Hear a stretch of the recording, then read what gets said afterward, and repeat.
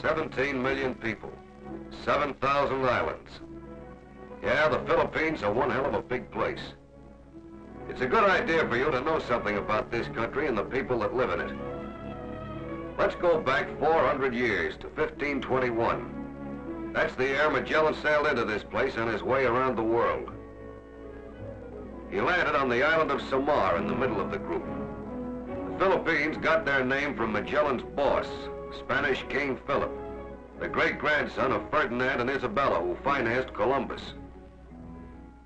Incidentally, Magellan made the mistake about a month later of leading an invasion.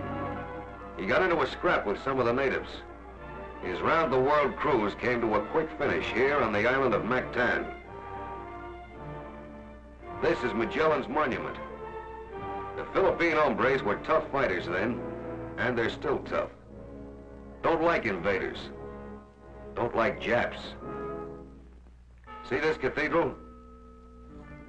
And this one? The architecture's Spanish. Here's part of an old Spanish wall. Philippine money. Get the name, peso. That's Spanish too. You'll find lots of Spain all through the Philippines. Reason? The Spaniards ran the Philippines for 3 centuries. That brings us right up to 1898. This is where we came in. Admiral Dewey. Fire when ready, Gridley.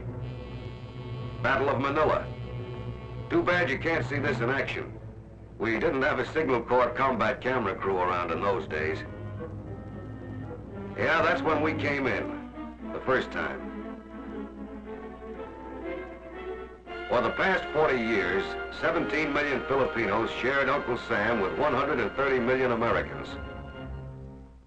They have many universities, among them the great State University of the Philippines. This is the University of Santo Tomas. They've been studying here for more than 3 centuries.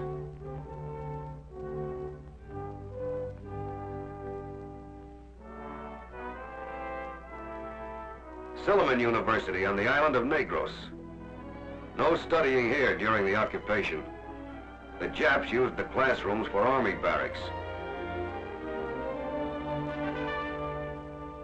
They learned the 3 R's American style in high schools, grade schools, everything taught in English.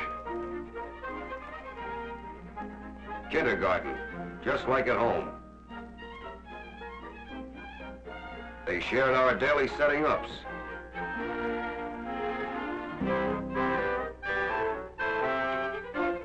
School for farming.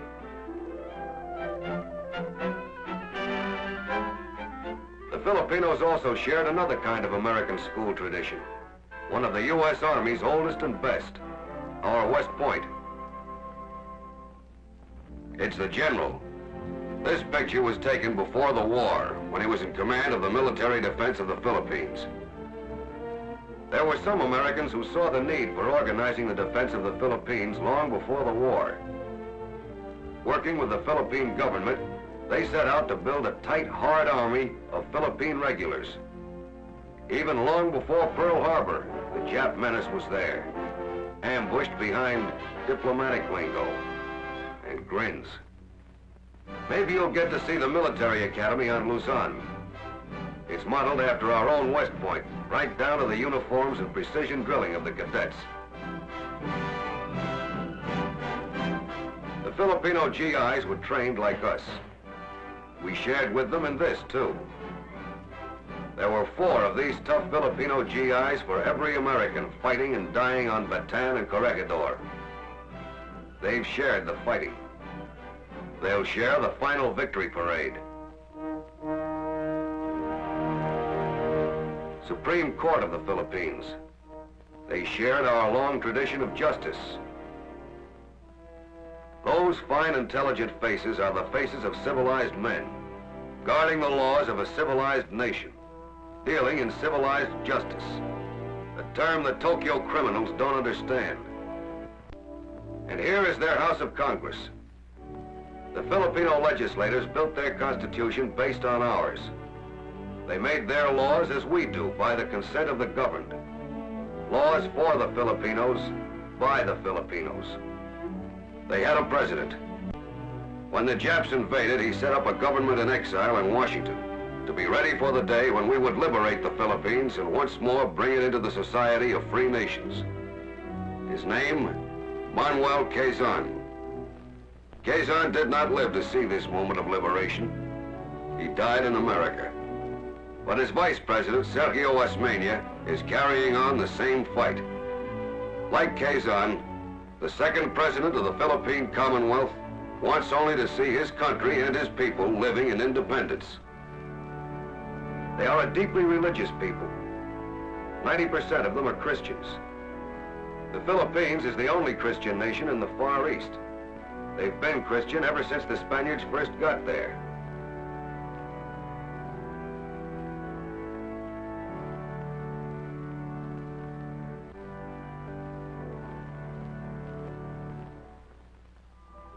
Like us, they're a mixture of a lot of races. If you hit a beach like this down south on the island of Mindanao, you'll meet this kind of Filipino citizen, the Moro. The Moros are Mohammedans. They look peaceful here, but they can fight like hell. Their favorite weapon is the bolo, a wicked piece of steel a top sergeant could shave with. They use it on everything, including their enemies. They fought the Spaniards for over 300 years. After 1898, they fought us. Blackjack Pershing battled against them in his captain's bars long before he battled against the fathers of the Nazis at Chateau Thierry and the Argonne. In 1913, they buried the bolo as an instrument of war and took it up as a tool for peace and prosperity. They joined hands with the rest of the peace-loving Filipinos and earned their right to independence. Their biggest town is a place you've been hearing about, Zamboanga, the place where monkeys have no tails. That's one of the monks. See? Just a stump of a tail. When we get in, the Moros may put on a USO dance for us. It'll be like this.